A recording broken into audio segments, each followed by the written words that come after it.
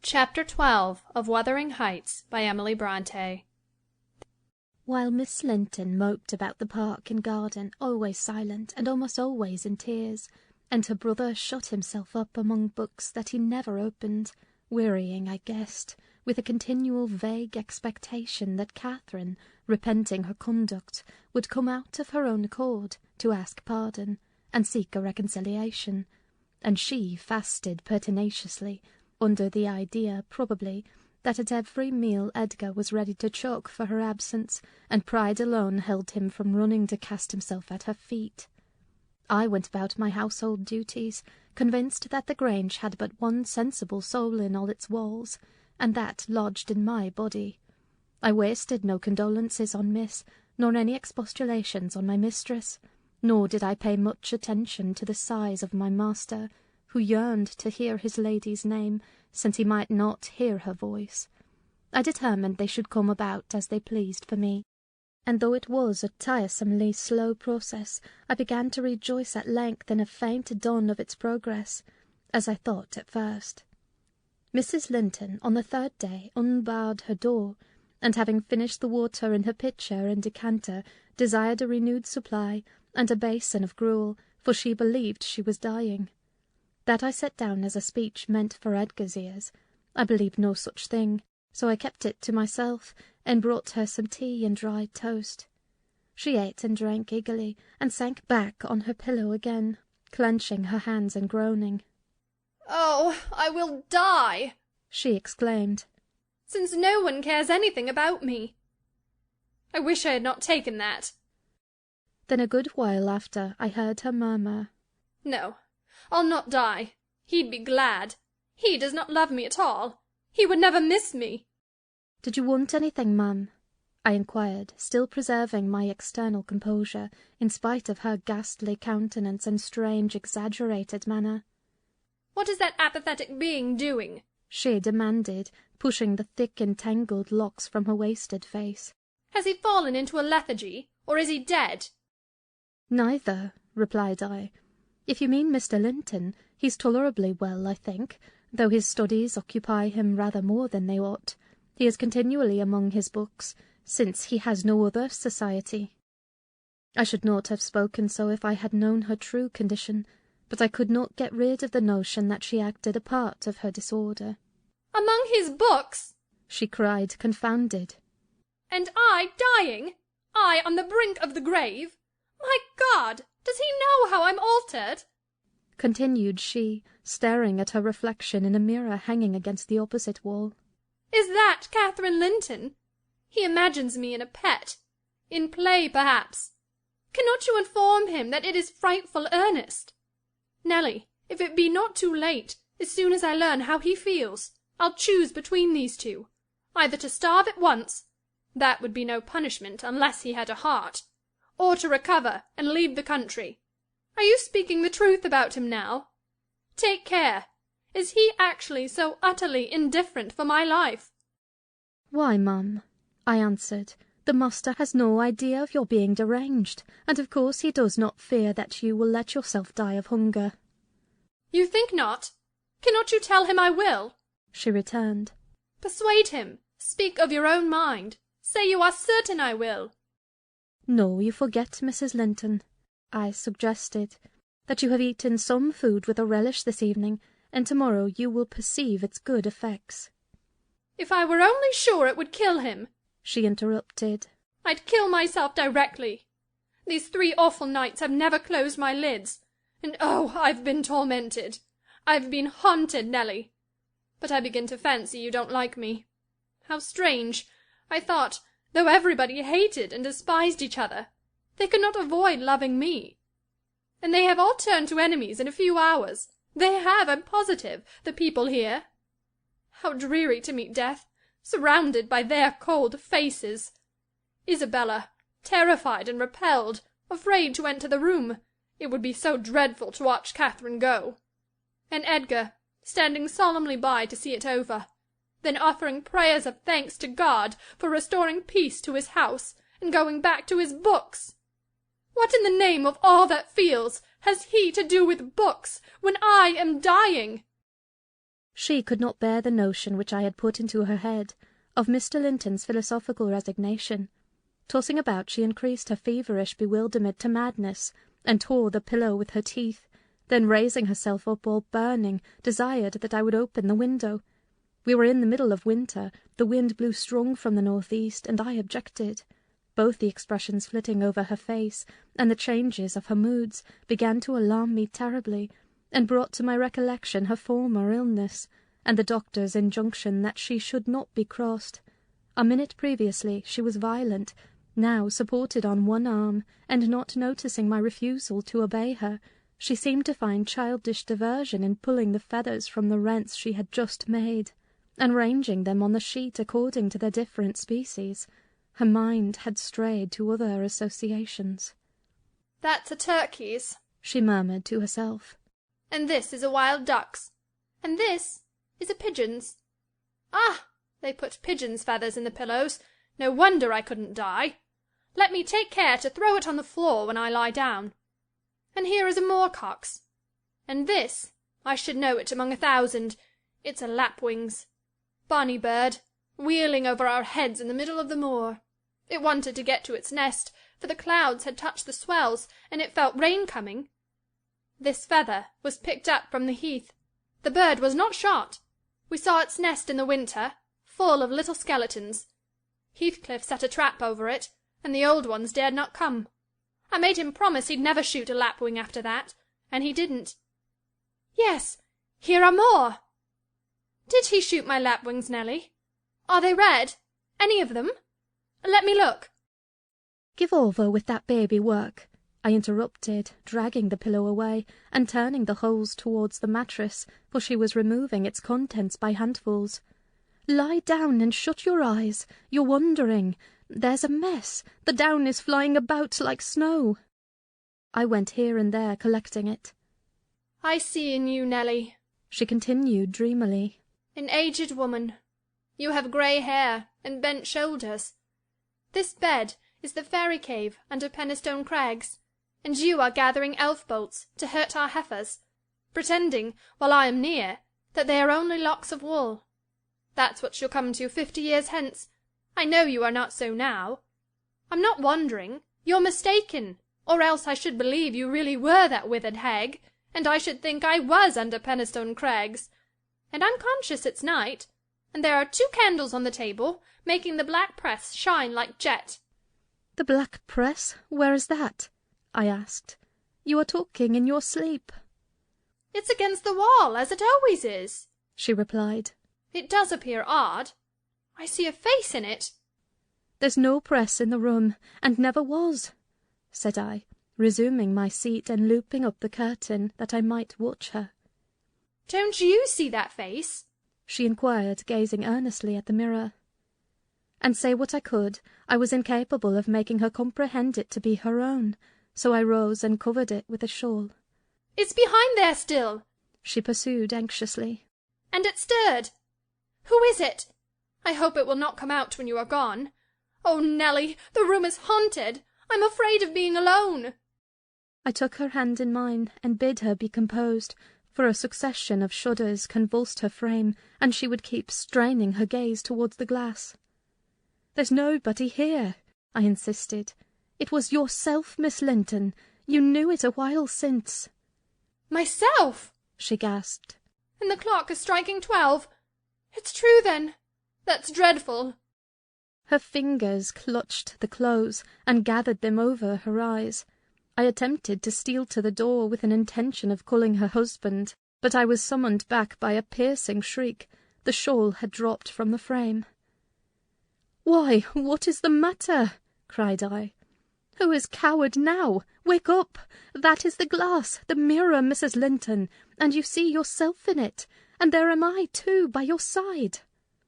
Trembling and bewildered, she held me fast, but the horror gradually passed from her countenance. Its paleness gave place to a glow of shame. "Oh, dear! I thought I was at home," she sighed. "I thought I was lying in my chamber at Wuthering Heights. Because I'm weak, my brain got confused, and I screamed unconsciously. Don't say anything, but stay with me. I dread sleeping. My dreams appall me." "A sound sleep would do you good, ma'am," I answered, "and I hope this suffering will prevent your trying starving again." "Oh, if I were but in my own bed, in the old house!" she went on bitterly, wringing her hands. "And that wind sounding in the firs by the lattice. Do let me feel it. It comes straight down the moor. Do let me have one breath." To pacify her, I held the casement ajar a few seconds. A cold blast rushed through. I closed it and returned to my post. She lay still now, her face bathed in tears. Exhaustion of body had entirely subdued her spirit.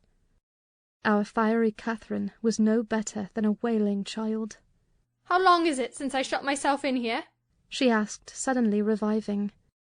"It was Monday evening," I replied, "and this is Thursday night, or rather Friday morning at present." "What? Of the same week?" she exclaimed. "Only that brief time?" "Long enough to live on nothing but cold water and ill temper," observed I. "Well, it seems a weary number of hours," she muttered doubtfully. "It must be more. I remember being in the parlour after they had quarrelled, and Edgar being cruelly provoking, and me running into this room desperate. As soon as ever I had barred the door, utter blackness overwhelmed me, and I fell on the floor. I couldn't explain to Edgar how certain I felt of having a fit, or going raging mad, if he persisted in teasing me. I had no command of tongue or brain, and he did not guess my agony, perhaps. It barely left me sense to try to escape from him and his voice. Before I recovered sufficiently to see and hear, it began to be dawn. And, Nelly, I'll tell you what I thought, and what has kept recurring and recurring till I feared for my reason. I thought, as I lay there, with my head against that table leg, and my eyes dimly discerning the grey square of the window, that I was enclosed in the oak-panelled bed at home, and my heart ached with some great grief which, just waking, I could not recollect. I pondered and worried myself to discover what it could be, and most strangely, the whole last 7 years of my life grew a blank. I did not recall that they had been at all. I was a child, my father was just buried, and my misery arose from the separation that Hindley had ordered between me and Heathcliff. I was laid alone, for the first time, and rousing from a dismal doze after a night of weeping, I lifted my hand to push the panels aside. It struck the table-top. I swept it along the carpet, and then memory burst in. My late anguish was swallowed in a paroxysm of despair. I cannot say why I felt so wildly wretched. It must have been temporary derangement, for there is scarcely cause. But, supposing at 12 years old I had been wrenched from the heights, and every early association, and my all in all, as Heathcliff was at that time, and been converted at a stroke into Mrs. Linton, the lady of Thrushcross Grange, and the wife of a stranger, in exile, and outcast, thenceforth, from what had been my world. You may fancy a glimpse of the abyss where I grovelled. Shake your head as you will, Nelly, you have helped to unsettle me. You should have spoken to Edgar, indeed you should, and compelled him to leave me quiet. Oh, I'm burning! I wish I were out of doors. I wish I were a girl again, half savage and hardy, and free, and laughing at injuries, not maddening under them. Why am I so changed? Why does my blood rush into a hell of tumult at a few words? I'm sure I should be myself, were I once among the heather on those hills. Open the window again wide. Fasten it open. Quick! Why don't you move? Because I won't give you your death of cold, I answered. You won't give me a chance of life, you mean, she said sullenly. However, I'm not helpless yet. I'll open it myself. And sliding from the bed before I could hinder her, she crossed the room, walking very uncertainly, threw it back and bent out, careless of the frosty air that cut about her shoulders as keen as a knife. I entreated, and finally attempted to force her to retire, but soon found her delirious strength much surpassed mine. She was delirious, I became convinced by her subsequent actions and ravings. There was no moon, and everything beneath lay in misty darkness. Not a sight gleamed from any house, far or near. All had been extinguished long ago, and those at Wuthering Heights were never visible. Still, she asserted she caught their shining. Look! She cried eagerly. That's my room with the candle in it, and the tree swaying before it, and the other candle is in Joseph's garret. Joseph sits up late, doesn't he? He's waiting till I come home, that he may lock the gate. Well, he'll wait a while yet. It's a rough journey, and a sad heart to travel it, and we must pass by Gimmerton Kirk to go that journey. We've braved its ghosts often together, and dared each other to stand among the graves and ask them to come.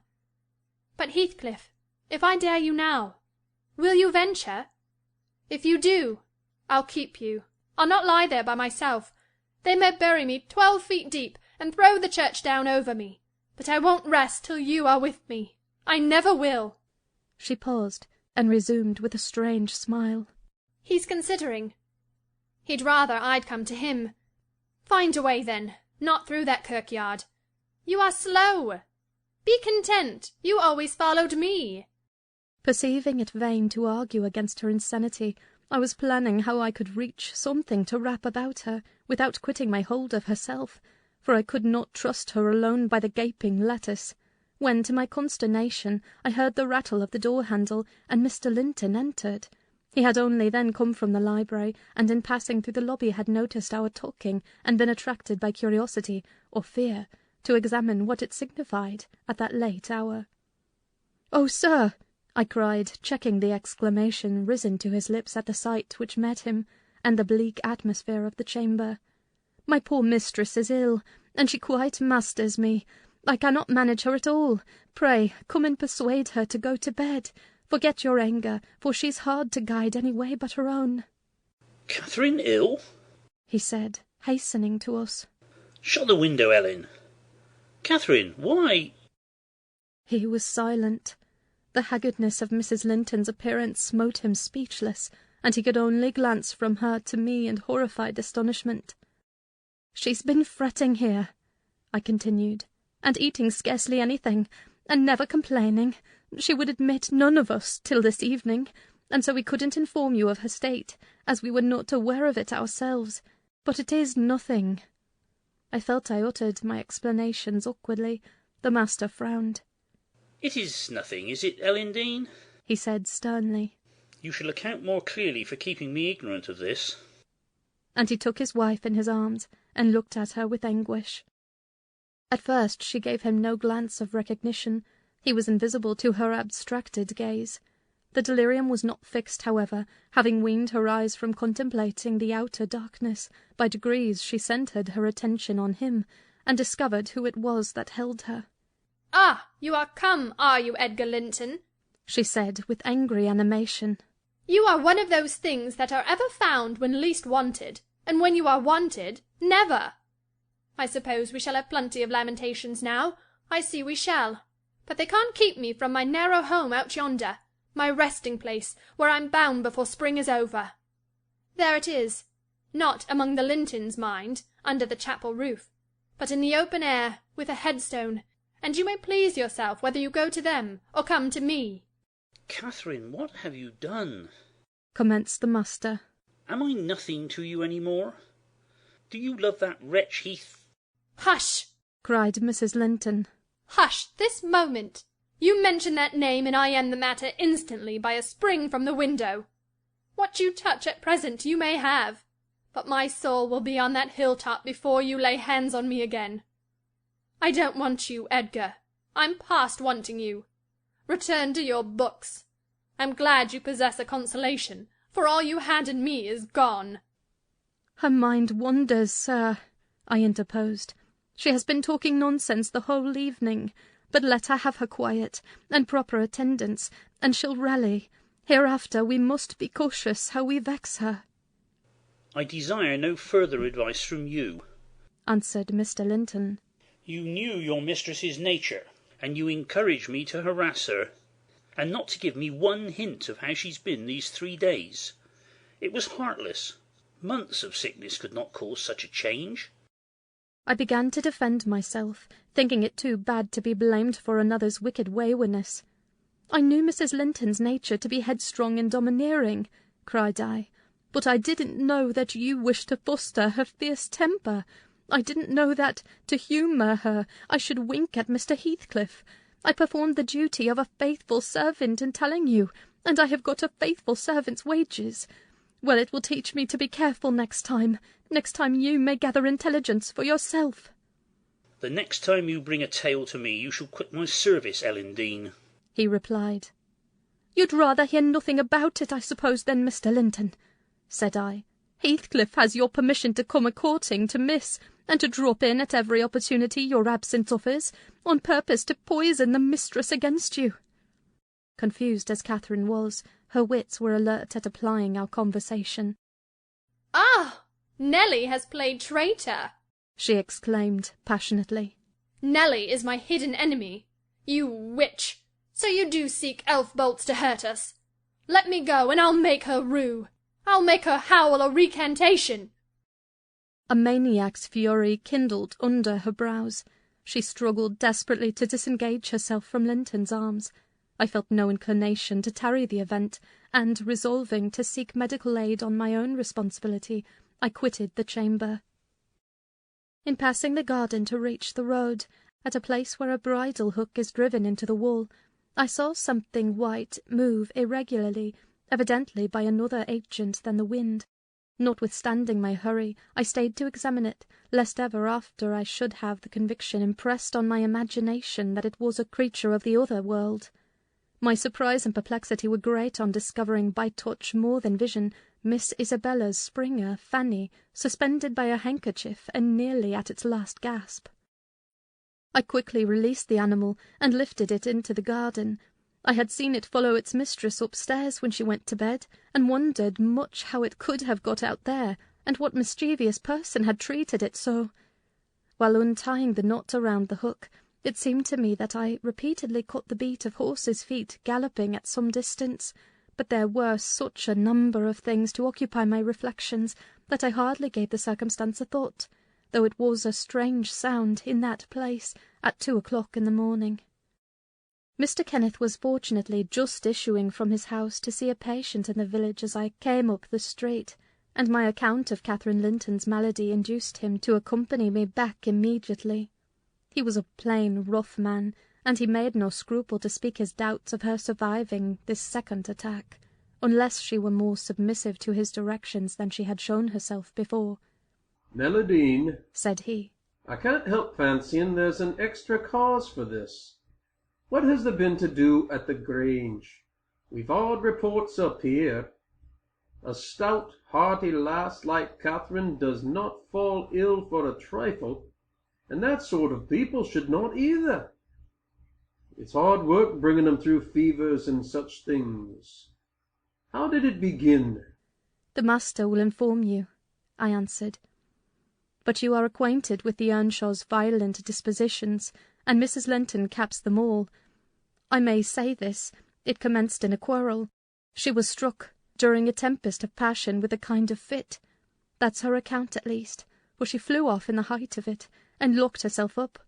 Afterwards she refused to eat, and now she alternately raves and remains in a half-dream, knowing those about her, but having her mind filled with all sorts of strange ideas and illusions." "Mr. Linton will be sorry," observed Kenneth interrogatively. "Sorry? He'll break his heart should anything happen," I replied. "Don't alarm him more than necessary." "Well, I told him to beware," said my companion. "and he must bide the consequences of neglecting me warning. Hasn't he been intimate with Mr. Heathcliff lately?" "Heathcliff frequently visits at the Grange," answered I, "the more on the strength of the mistress having known him when he was a boy, than because the master likes his company. At present he's discharged from the trouble of calling, owing to some presumptuous aspirations after Miss Linton, which he manifested. I hardly think he'll be taken in again." "And does Miss Linton turn a cold shoulder on him?" was the doctor's next question. "I'm not in her confidence," returned I, reluctant to continue the subject. "No, she's a sly one," he remarked, shaking his head. "She keeps her own counsel. But she's a real little fool. I have it from good authority that last night, and a pretty night it was, she and Heathcliff were walking in the plantation at the back of your house above 2 hours, and he pressed her not to go in again. but just mount his horse and away with him. My informant said she could only put him off by pledging her word of honor to be prepared on their first meeting after that. When it was, he didn't hear. But you urge Mr. Linton to look sharp. The news filled me with fresh fears. I outstripped Kenneth and ran most of the way back. The little dog was yelping in the garden yet. I spared a minute to open the gate for it, but instead of going to the house door, it coursed up and down, snuffing the grass, and would have escaped to the road had I not seized it and conveyed it in with me. On ascending to Isabella's room, my suspicions were confirmed. It was empty. Had I been a few hours sooner, Mrs. Linton's illness might have arrested her rash step. But what could be done now? There was a bare possibility of overtaking them if pursued instantly. I could not pursue them, however, and I dared not rouse the family and fill the place with confusion, still less unfold the business to my master, absorbed as he was in his present calamity, and having no heart to spare for a second grief. I saw nothing for it but to hold my tongue, and suffer matters to take their course, and Kenneth being arrived, I went with a badly composed countenance to announce him. Catherine lay in a troubled sleep. Her husband had succeeded in soothing the excess of frenzy. He now hung over her pillow, watching every shade and every change of her painfully expressive features. The doctor, on examining the case for himself, spoke hopefully to him of its having a favourable termination, if we could only preserve around her a perfect and constant tranquillity. To me he signified the threatening danger was not so much death as permanent alienation of intellect. I did not close my eyes that night, nor did Mr. Linton. Indeed, we never went to bed, and the servants were all up long before the usual hour, moving through the house with stealthy tread, and exchanging whispers as they encountered each other in their vocations. Everyone was active but Miss Isabella, and they began to remark how sound she slept. Her brother, too, asked if she had risen, and seemed impatient for her presence, and hurt that she showed so little anxiety for her sister-in-law. I trembled lest he should send me to call her, but I was spared the pain of being the first proclaimant of her flight.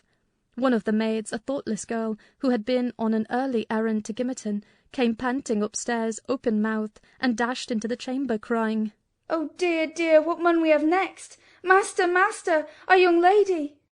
"Hold your noise!" cried I hastily, enraged at her clamorous manner. "Speak lower, Mary. What is the matter?" said Mr. Linton. "What ails your young lady?"